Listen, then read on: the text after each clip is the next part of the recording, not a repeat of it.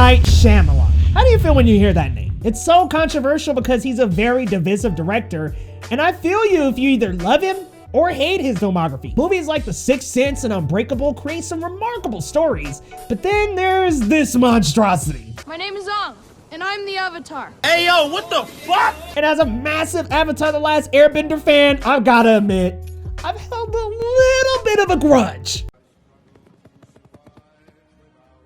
Since then, I haven't loved anything in his filmography. Miss me with that After Earth mess. I don't want to see Jaden Smith in anything else, really. And why were you?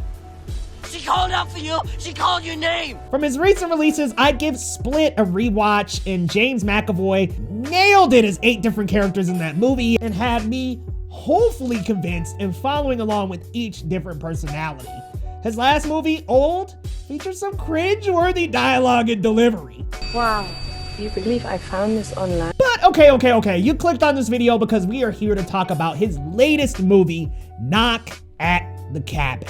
And this is one of the few films in his filmography that I can say I really enjoy. In my opinion, this was M. Night at his best. This was Sixth Sense M. Night. This was constructed in an understandable way and explored rich themes that a lot of his movies seem to not know how to nail down. Knock at the Cabin follows a couple, Andrew and Eric, vacationing in the woods with their daughter, but they are taken hostage by 4 armed strangers who demand they make an unthinkable choice to avert the apocalypse before all is lost. The movie separates these 4 characters and thematically inverses them to the 4 horsemen of the apocalypse, which creates such a deep thematic, weird, crazy message that it's trying to say about the end of the world and that belief and things like that. But each of the 4 characters is sacrificed throughout the movie, with a different plague being released with each sacrifice. Rupert Grint's character, Redmond, is the inverse of war. While he has a short temper, he begs for forgiveness before sacrifice and wishes for peace through their decision. Adrienne is a chef who has a son and is compassionate and kind. She feeds Wynn, their daughter, and has a connection to food, which makes her the opposite to Fannin. Sabrina, the kind nurse, helps Eric and his injured head, and she refused to kill Andrew, making her the inverse of death. And finally, Leonard, played by Dave Bautista, is a kind and gentle giant refusing to hurt anyone even though the world could be at stake. This makes him the opposite of Conquest. Now, let's talk about some things that absolutely go well with this movie. Dave Bautista, I love him in this role. I think he completely steals the show as Leonard. Wait, Leonard? What up, Leonard? I think he completely steals the show here as that character, and I really do think this is different than most of his acting filmography. We're so used to seeing him as Drax, but this man has really got some range. Move over, Dwayne "The Rock" Johnson, because hey, the best wrestler turned actor is here, baby, and it's Dave Bautista. I really wanted to see him teach a classroom, by the way. He's a teacher who doubles as a bartender, but is also a coach and loves like coaching Little League. And this is such a different role for him. And he's so calm, he's collected.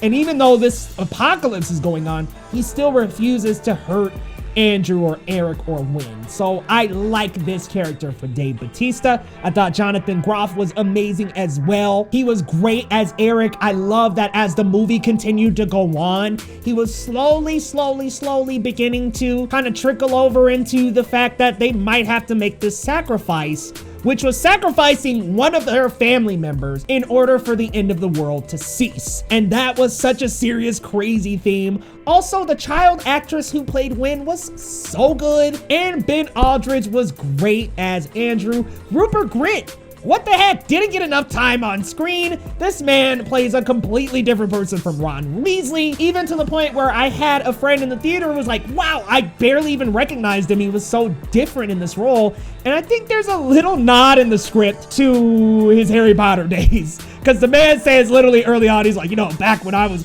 a kid, I used to make some goofy decisions. And I'm like, is that a Ron Weasley reference? But I really enjoyed these actors, and I thought they did a great job bringing the most out of these characters, giving us that really frightening feeling as every single plague starts to happen, as every sacrifice begins to happen, which, by the way, is pretty brutal. I felt the emotions and the weight just getting heavier and heavier and heavier on this couple's shoulders. And I did actually like the sprinkling in of their past lives a little bit, because I wanted to know who these characters were, and it made me care about them as the movie was going on, because I wanted to know these characters. I was like, this crazy thing that's happening to them, this crazy decision, I thought was like a little bit of context really helped give me some attachment and help me care about these characters.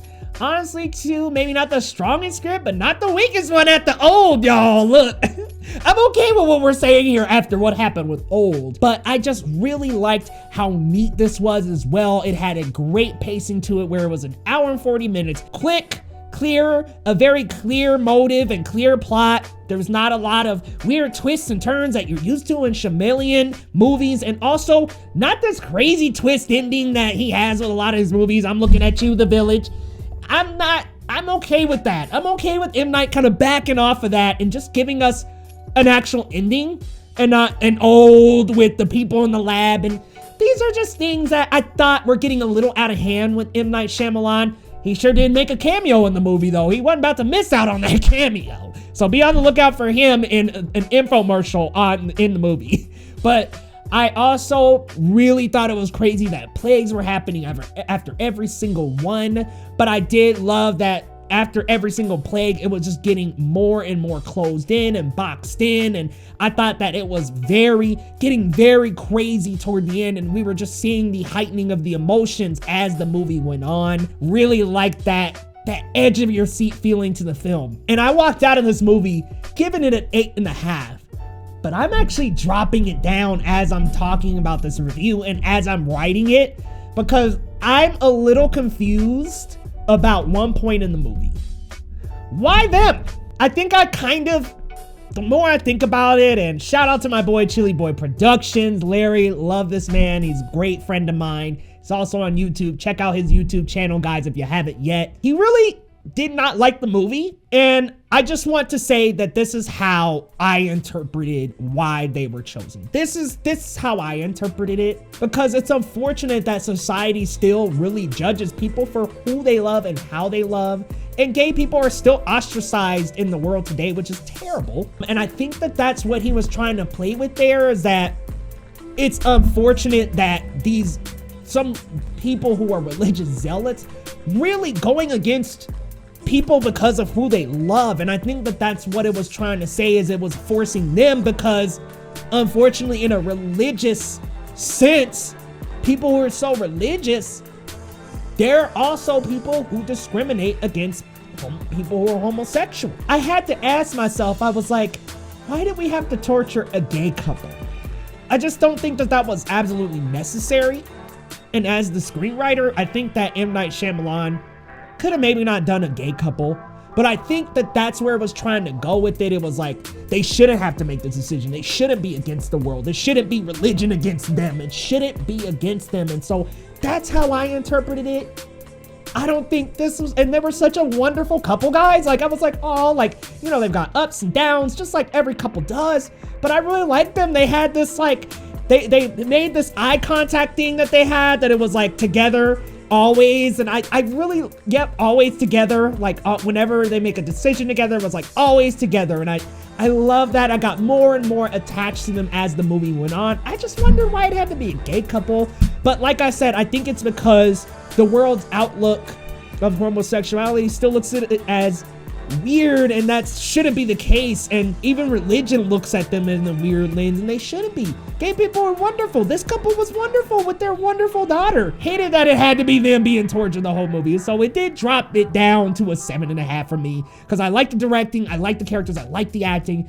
I just kind of wonder why the intent of a gay couple. Again, I interpreted it one way, but I understand that this can make people very upset, especially because, yeah, like it's just like this wonderful gay couple with their wonderful daughter. Like, why did we have to do that to them? Why did it have to be them? I guess that's kind of where I'm stuck at a little, and please let me know down in the comments if I'm on the right track. If you interpreted it a little bit differently, let me know. But that's where I line up with that. But I like that couple. Dave Bautista was great. Rupert Grint was great. There wasn't enough of him, but I think that might be my glaring question, is why this couple? Why?